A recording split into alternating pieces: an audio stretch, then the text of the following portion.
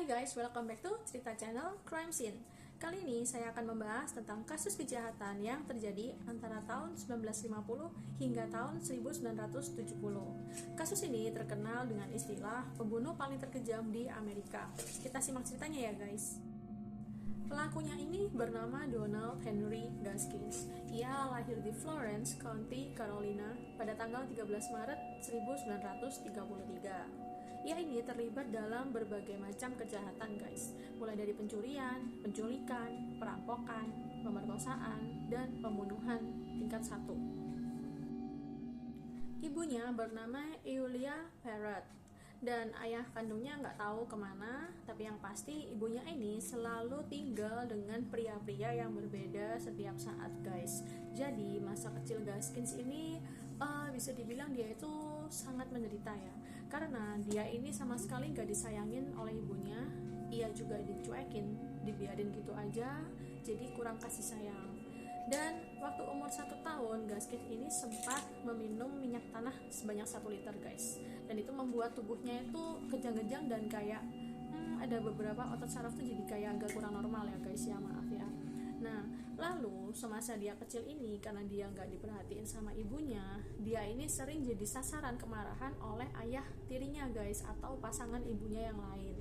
Dia ini sering dipukuli, dia juga sempat dilecehkan beberapa kali oleh pasangan ibunya. Nah, akibat dari semua itu, Gaskin ini menyimpan rasa luka, rasa sakit, rasa diabaikan oleh orang-orang sekitarnya guys. Dan itu yang membentuk karakter di dalam dirinya ini menjadi jahat atau kejam. Oke guys, sebelum aku lanjutin ceritanya, jangan lupa untuk subscribe. Jadi aku ini makin semangat untuk membuat konten-konten berikutnya ya guys. Gaskin ini tumbuh menjadi anak yang sangat nakal guys. Dia ini badannya kecil, jadi tingginya itu cuma 163 cm dan beratnya hanya 59 kilo. Oleh karena itu, dia ini dijuluki Pee-wee. Dan dia terkenal dengan nama Pee-wee Gaskins. Di Indonesia ada sih grup bandnya, tapi aku nggak bahas tentang itu ya. Aku bahas tentang tokoh aslinya yang bernama Donald Henry Parrott atau Donald Henry Gaskins atau Pee-wee Gaskins yang terkenal sebagai pembunuh yang sangat kejam. Pada tahun 1944, saat itu usia Gaskins 11 tahun. Ia ini putus sekolah guys, karena saat di sekolah ia selalu dibully oleh teman-temannya. Lalu ia pun bekerja part-time di sebuah garasi di daerah tempat tinggalnya. Dan di sana dia bertemu dengan 2 orang lainnya yang sama-sama putus sekolah seperti dirinya. Dan mereka ini membentuk geng yang bernama The Trouble Trio. Sayangnya mereka ini kegiatannya semuanya negatif guys. Jadi yang dilakukan itu pencurian, perampokan, penyerangan, dan pemerkosaan. Bahkan mereka bertiga ini pernah secara sengaja, maaf ya guys, melecehkan anak kecil. Pada tahun 1946, saat itu usia Gaskin 13 tahun. Ia ini merampok sebuah rumah guys, dan naasnya itu dipergoki oleh salah seorang pemilik rumah, yaitu gadis yang masih berusia belasan tahun. Karena refleks, Gaskin ini pun memukul kepala gadis itu dengan kapak guys. Dipikirnya setelah dipukul bakal meninggal. Gaskin pun akhirnya pergi guys dari rumah itu. Ternyata gadis itu selamat dan melapor ke polisi. Akhirnya Gaskin pun ditangkap dan diadili atas pencobaan pembunuhan dan perampokan yang disertai dengan kekerasan guys. Pada tanggal 18 Juni 1946, ia ini pun dijatuhi hukuman 5 tahun. Karena di bawah umur, Gaskin akhirnya dikirim ke sekolah reformasi atau sekolah seperti pembentukan karakter gitu guys, untuk anak-anak remaja yang bermasalah di bawah umur. Selama menjalani masa hukuman di sekolah tersebut, lagi-lagi Gaskin ini dilecehkan berkali-kali oleh sesama temannya guys di sana. Ia ini pun gak tahan dan akhirnya ia kabur dari tempat tersebut. Lalu Gaskins ini menikah dan tiba-tiba ia kembali lagi ke sekolah itu dengan sendirinya. Gaskins pun menjalani sisa hukumannya dan ia dibebaskan pada tahun 1951 saat ia berusia 18 tahun. Dari tahun 1951 sampai 1953, Gaskins ini pun bekerja di perkebunan tembakau, guys. Lalu suatu saat ia ini diejek oleh seorang gadis. Kalian tahu apa yang dilakukan oleh Gaskins? Gadis ini dipukul sama palu. Dan akhirnya Gaskins pun ditangkap lagi, guys, pada tahun 1953, dan dia ini dihukum selama 6 tahun di penjara South Carolina Penitentiary. Saat di penjara, lagi-lagi ia ini dilecehkan oleh salah satu ketua geng di penjara itu yang bernama Hazel Brazos. Karena kesal, ia ini pun menikam si Hazel ini dan membunuhnya di penjara, guys, di depan semua narapidana dan di depan polisi juga saat itu. Akhirnya ia ini pun diadili lagi dan dijatuhi hukuman ditambahin 3 tahun penjara, guys. Dia beralasan dia ini membela diri karena dia dilecehkan. Biar kalian gak bingung, guys, tadi kan Gaskins ditangkap tahun 1953, lalu ia dihukum penjara selama 6 tahun, dan dia pun ditambahin lagi hukuman penjara 3 tahun kan, karena membunuh si ketua geng di penjara.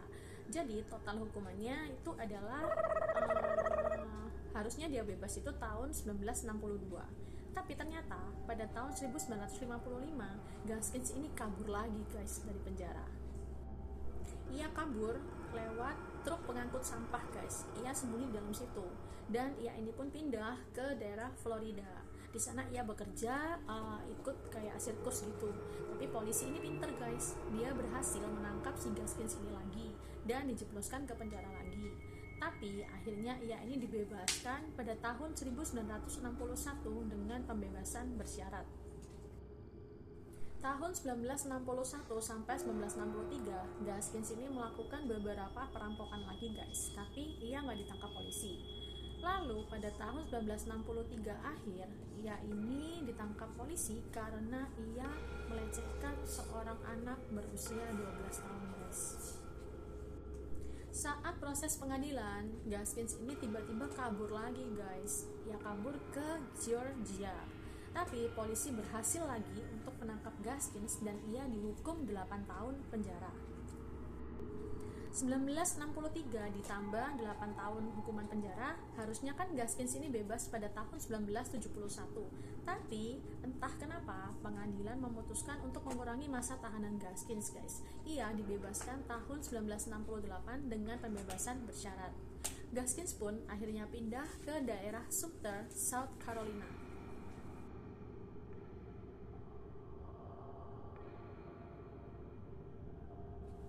2 tahun kemudian, pada bulan November tahun 1970, Gaskins ini kembali lagi membunuh dan melecehkan 2 orang gadis, guys. Yang pertama adalah Janice Kirby, berusia 15 tahun, dan temannya Patricia Ann Alsbrook yang berusia 17 tahun. Gaskins ini beralasan bahwa mereka berdua ini pengguna narkoba dan ia ini gak suka, guys. Lalu ia ini memukuli mereka hingga meninggal. Pada bulan Maret tahun 1971, Gaskins ini kembali membunuh 1 orang gadis yang bernama Martha Ann Dix. Ia beralasan yang pertama, Martha ini menuduh Gaskins ini adalah ayah dari anak yang dikandung oleh Martha. Lalu yang kedua, Gaskins ini merasa bahwa si Martha ini adalah pemasok narkoba untuk Janice dan Patricia. Lalu si Gaskins ini membunuh Martha dengan cara diracun, guys. Dan pembunuhan-pembunuhan yang aku ceritakan ini masih belum diketahui oleh polisi ya, guys ya. Berikutnya ada 1 gadis bernama Doreen Hope Dempsey dan putrinya yang berusia 2 tahun yang bernama Robin Michelle Dempsey. Mereka berdua ini tinggal bersama Johnny Sellers. Johnny ini merupakan teman si Gaskins, guys. Lalu tiba-tiba suatu saat Doreen ini hamil dan ayahnya itu nggak diketahui siapa. Lalu oleh si Johnny, Doreen ini dititipin di rumahnya si Gaskins karena Doreen sama Gaskins ini juga ternyata udah lama kenal, guys. Jadi ya udahlah, karena si Doreen udah hamil lagi sama anak orang lain, ya udah si Johnny-nya lepas tangan. Tapi ternyata hal itu tuh malah berakhir buruk untuk si Doreen ini, guys, dan beserta putrinya. Setelah bercerita kepada Gaskins, dan Gaskins pun mengetahui bahwa ayah dari bayi itu adalah seorang keturunan Afrika Amerika, dia ini pun menjadi sangat marah guys. Secara si Gaskins ini adalah orang yang sangat-sangat rasis dengan orang kulit hitam. Lalu ia ini pun menyiksa dan memukuli si Doran dan melecehkannya. Lalu nggak sampai di situ, ia ini pun juga membunuh Doran dan beserta putrinya dengan cara ditenggelamkan di rawa-rawa dekat rumahnya guys. Pada tahun 1974, si Gaskins ini melakukan pencurian mobil dan perahu. Ia juga mempunyai hutang ke tempat menadah barang curian guys. Karena takut kejahatannya ini akan dibongkar oleh temannya yang bernama Johnny Sellers, akhirnya ia ini pun membunuh temannya dengan cara menembak di bagian belakang kepala. Dan ternyata pacarnya yang bernama Jessie Judy itu juga dibunuh guys untuk menghilangkan saksi dengan cara ditikam sampai meninggal. Pada tahun 1975, ada sepasang suami istri yang bernama John Owens dan Susan Kipper Owens. Susan ini mempunyai mantan suami yang bernama Silas Burnwell Yates. Nggak tahu yang ngomongnya benar atau enggak. Nah, si Susan ini kan berselisih sama si Silas. Lalu ia ini menyewa jasa Gaskins untuk membunuh mantan suaminya tadi dengan upah senilai 1.500 US dollar guys. Akhirnya si Gaskins ini pun membunuh Silas dengan cara, ya aku gak bisa sebutin ya guys karena terlalu ekstrim. Pada tanggal 10 April 1975, Gaskins ini melakukan dua lagi pembunuhan guys. Yang pertama adalah Diane Bellamy. Diane ini merupakan mantan istri dari teman si Gaskins yang bernama Walter Neely. Diane ini mengancam akan melaporkan si Gaskins ke polisi karena Gaskins ini membiarkan rumahnya dipakai oleh sepasang muda-mudi untuk melakukan hubungan badan. Nah, karena takut dilaporin, akhirnya si Diane ini dibunuh oleh si Gaskins dengan cara ditikam sampai mati guys. Lalu untuk menghilangkan saksi, pacar si Diane yang bernama Avery Leroy Howard itu juga ditembak oleh si Gaskins. Masih di tahun yang sama, 1975, ada seorang gadis ini diculik, diperkosa, dan dibunuh oleh Gaskins guys. Gadis ini bernama Kim Bilski yang saat itu masih berusia 13 tahun. Pada tanggal 10 Oktober 1975, Gaskins ini kembali lagi untuk sekian kalinya melakukan dua pembunuhan guys. Yang pertama adalah Dennis Bellamy dan adiknya John Henry Knights. Dua bersaudara ini merupakan saudara tiri dari Diane Bellamy yang tadi udah dibunuh-bunuhan sama si Gaskins. Nah, ceritanya gini guys. Jadi si Dennis ini sama si John Henry ini mencuri barang. Lalu barang curian itu dijual ke si Gaskins. Barang itu udah diterima sama si Gaskins guys, yaitu berupa senjata.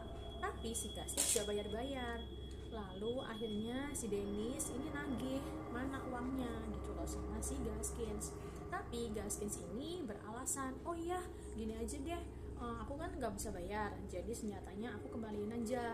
Tapi senjatanya ada di belakang rumah, ayo ikut aja ke belakang sama aku. Ya intinya gampangnya kayak gitu ya guys. Lalu si Dennis ini percaya dan dia pun ikut si Gaskins ke belakang rumahnya. Dan di sana si Dennis ini dihabisi oleh si Gaskins dengan cara ditembak. Lalu setelah dia berhasil membunuh si Dennis, dia ingat, oh iya kan masih ada adiknya nih, adiknya bisa jadi saksi nih. Akhirnya si adiknya pun dipanggil sama si Gaskins dengan alasan, dicari tuh sama si Dennis di belakang rumah. Si John ini kan gak curiga, gak punya firasat apa-apa ya, jadi dia nurut aja sama si Gaskins. Akhirnya ternyata di belakang rumahnya si John ini juga ditembak guys sama si Gaskins. Gila ya orang ini. Pada tanggal 10 November 1975, akhirnya si Gaskins ini ditangkap oleh polisi guys. Hal ini didasarkan oleh laporan dari Walter Neely. Walter ini menceritakan kepada polisi bahwa ia ini mengetahui beberapa kejahatan pembunuhan yang dilakukan oleh Gaskins dan korban-korbannya, seperti Dennis Bellamy dan adiknya John Henry Knights, lalu Diane Bellamy dan pacarnya Avery Leroy, lalu Johnny Sellers dan pacarnya Jessie Judith, dan beberapa korban lainnya. Pada tanggal 4 Desember 1975, Gaskins ini pun akhirnya membawa polisi ke daerah Prospect, South Carolina. Di situ adalah tempat di mana 8 dari korban si Gaskins ini dimakamkan guys, dan mereka udah jadi kerangka.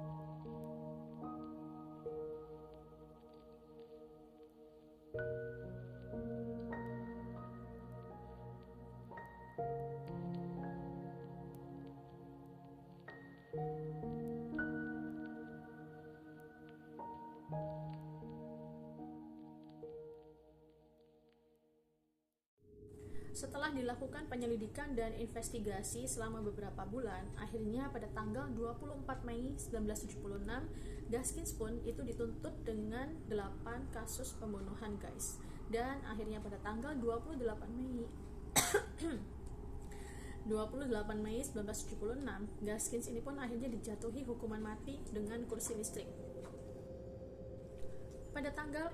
Pada bulan Februari 1978, Mahkamah Agung South Carolina ternyata membatalkan hukuman mati tadi, guys, diganti dengan hukuman penjara seumur hidup. Ia ini dipenjara di Central Correctional Institution, Columbia, South Carolina. Gaskins ini dipenjara di blok keamanan yang paling tinggi. Jika kalian berpikir cerita si Gaskins ini selesai sampai sini, kalian salah, guys. Dia ini masih gak kapok, masih gak tobat, dan gak menyesal sama sekali. Dia masih melakukan satu pembunuhan lagi, guys, di dalam penjara. Gaskins ini dulu kan pernah bunuh satu orang ya, yang bernama Hazel, yang ketua geng di penjara itu. Nah, kali ini dia disuruh dan dibayar oleh Tony Cimo untuk membunuh seseorang yang berada di blok yang sama di tempat Gaskins di penjara, guys. Tony Cimo ini memberi imbalan sebesar 2.000 US dollars untuk membunuh orang itu. Karena apa? Karena orang tua si Tony ini yang bernama Bill and Myrtle Moon itu dibunuh, guys, saat tos serba milik mereka ini dirampok oleh seseorang yang bernama Rudolph Tyner. Rudolph ini yang tadi satu sel itu sama si Gaskins. Nah, sebenarnya Rudolph ini udah dihukum mati, guys, oleh pengadilan South Carolina. Tapi si Rudolph ini mengajukan banding karena takut bahwa nanti itu bakal dari hukuman mati turun jadi hukuman seumur hidup dan prosesnya itu bakal lama lagi. Si Tony ini nggak mau, guys. Dia mengambil jalan pintas. Dia ini nggak terima orang tuanya dibunuh oleh si Rudolph. Maka dia ini membayar si Gaskins untuk membunuh si Rudolph itu. Lalu si Gaskins ini mencoba berbagai macam cara, guys. Yang pertama dengan cara diracun. Jadi makanan, minuman si Rudolph ini berusaha diracun sama si Gaskins, tapi nggak berhasil. Udah dicoba beberapa kali padahal. Akhirnya si Gaskins ini memesan bahan-bahan peledak, guys. Dia ini membuat peledak C4 dengan cara dimasukkan ke dalam speaker radio. Dia ini beralasan bahwa dengan pakai speaker radio itu dia bakal gampang berkomunikasi dengan Rudolph ini. Nah, si Rudolph percaya sama si Gaskins, guys. Oh iya ya, kan enak ya bisa ngomong-ngomong gitu antar sel gitu kan. Nah, lalu suatu saat si Rudolph ini disuruh coba deh kamu dengerin speakernya kayak gitu. Ini gampangnya ya, guys ya, kronologinya. Nah, lalu sama si Rudolph ditempelin tuh speaker di telinganya. Pada saat itu si Gaskins ini langsung nyolokin kabel ke stop kontak yang ada di dalam sel, guys, dan akhirnya boom, akhirnya meledak si speaker radio itu beserta bagian atasnya si Rudolph tadi, dan Rudolph meninggal di tempat. Lalu si Tony Cimo ini pun akhirnya dipenjara selama 8 tahun, guys. Tapi Tony Cimo akhirnya dibebaskan dengan pembebasan bersyarat pada tahun 1986. Lalu bagaimana nasib si Gaskins? Karena dinilai Gaskins ini udah benar-benar gak tertolong lagi ya, guys, kejahatannya udah dianggap evil, udah dianggap demon, iblis dan sebagainya lah kata-kata yang untuk menggambarkan si Gaskins ini. Maka pengadilan dari South Carolina memutuskan bahwa Gaskins ini harus dihukum mati, guys. Dan kasus ini menjadi kasus pertama bahwa ada seseorang kulit putih yang membunuh kulit hitam lalu dia dijatuhi hukuman mati. Gaskins ini akan dieksekusi pada tanggal 6 September 1991. Tapi sebelum itu, ia ini membuat beberapa pernyataan yang mengejutkan banyak pihak, guys. Yang pertama, dia ini ternyata katanya membunuh putri seorang senator Sumter, South Carolina yang bernama Margaret Peccatino. Margaret ini berusia 13 tahun, guys. Ia ini merupakan putri senator James Catino. Tapi kan karena nggak ada bukti, nggak ada saksi dan lain-lain, pernyataan dari si Gaskins ini masih diragukan, guys, oleh kepolisian. Lalu yang kedua, si Gaskins ini bilang bahwa selang beberapa tahun saat ia itu bebas ya, saat ia nggak di penjara, dia ini membunuh banyak sekali gadis-gadis dari yang apa ya, seperti kayak mencari tumpangan di pinggir jalan. Nah itu tuh diincar sama si Gaskins, guys. Tahu nggak kenapa? Karena si Gaskins ini mencoba untuk melecehkan ya, guys, secara seksual ya kan. Lalu setelah dilecehin, mereka tuh dibunuh, guys. Dan itu tuh katanya ada puluhan gadis yang menjadi korban dari si Gaskins ini. Tapi nggak tahu Gaskins ini memakamin jenazah mereka ini di mana. Gaskins ini nggak pernah ngomong, guys, sampai akhir hayatnya. 11 jam sebelum dieksekusi, Gaskins ini mencoba untuk mengiris pergelangan tangannya, guys. Ia mencoba bunuh diri. Ya mungkin kayaknya ia ketakutan ya sama si kursi listrik itu ya. Lalu di luar penjara itu ada sekitar kurang lebih 400 orang itu udah nunggu, guys, kapan nih si Gaskins ini bakal dihukum mati gitu kan. Di luar itu udah ada ya sebagian itu saudara, kerabat, keluarga dari para korban si Gaskins. Mereka ini udah sangat marah dan mereka ini berteriak supaya si Gaskins ini cepat-cepat untuk dieksekusi. Pukul 1:10 dini hari, si Gaskins ini sudah dieksekusi, guys. Kata-kata terakhir dari P.W. Gaskins adalah, "Saya akan membiarkan pengacara saya untuk berbicara. Saya siap untuk pergi."